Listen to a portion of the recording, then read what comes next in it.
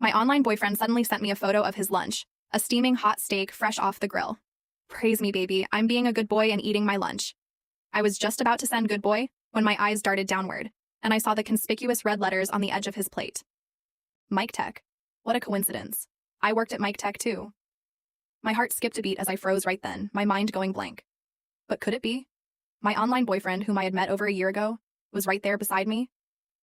At lunch, I was hiding in the office cafeteria, leisurely cutting into my own steak and enjoying a rare moment of peace. Remembering how he always told me he never had time for a proper meal, I sent a text to remind him, "Eat no matter how busy you are. Be a good boy, okay?" My phone screen lit up again in less than 10 minutes with a playful reply. "Yes, baby. I'm eating like a good boy. Praise me." There was even a photo attached, showing a steak fresh from the kitchen and piping hot. I was just going to praise him, but the more I stared at the photo, the more I found it strangely familiar.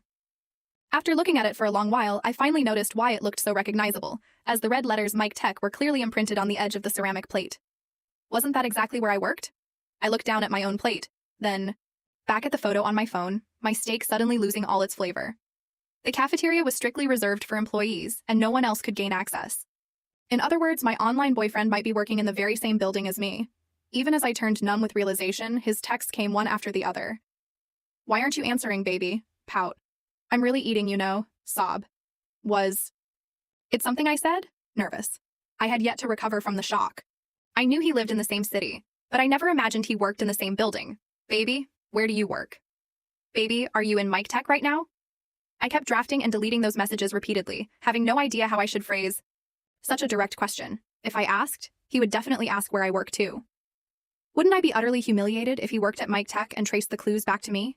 Just remembering the cute emojis and how I flirted with a potential male colleague made me feel incredibly embarrassed. Before I could think of anything, he sent more texts. "Why are you ignoring me, baby? Are you having lunch with another man?